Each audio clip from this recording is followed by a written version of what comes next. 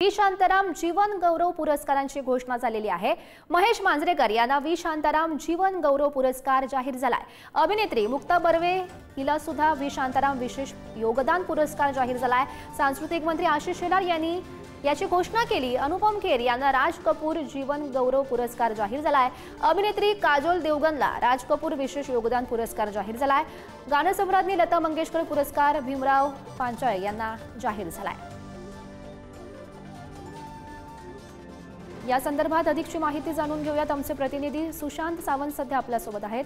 सुशांत, आपण जर बघितलं असेल तर कला क्षेत्रात उल्लेखनीय कामगिरी करणाऱ्यांना दरवर्षी सरकारच्या वतीनं पुरस्कार देण्यात येतात। यावेळीचा व्ही शांताराम जीवन गौरव पुरस्कार जो आहे तो मराठीतील ज्येष्ठ अभिनेते दिग्दर्शक महेश मांजरेकर यांना देण्यात आलेला आहे। सांस्कृतिक मंत्री आशिष शेलार यांनी या पुरस्काराची घोषणा काही वेळापूर्वीच केलेली आहे। त्याचसोबत व्ही शांताराम विशेष योगदान पुरस्काराची यावेळी घोषणा करण्यात आली। यामध्ये अभिनेत्री मुक्ता बर्वे यांना हा पुरस्कार देण्यात आलेला आहे। यामध्ये 6 लाख आणि स्मृतिचिन्ह आणि इतर असे पारितोषिक असणार आहे। त्याचसोबत हिंदी चित्रपट सृष्टीतील योगदानासाठी देखील हिंदीतील पुरस्कार त्यांनी जाहीर केलेले आहे। त्यामध्ये राज कपूर जीवन गौरव पुरस्कार आणि राज कपूर विशेष योगदान पुरस्कार घोषित करण्यात आले। त्यामध्ये जर बघितलं असेल तर राज कपूर जीवन गौरव पुरस्कार अनुपम खेर यांना घोषित करण्यात आलाय।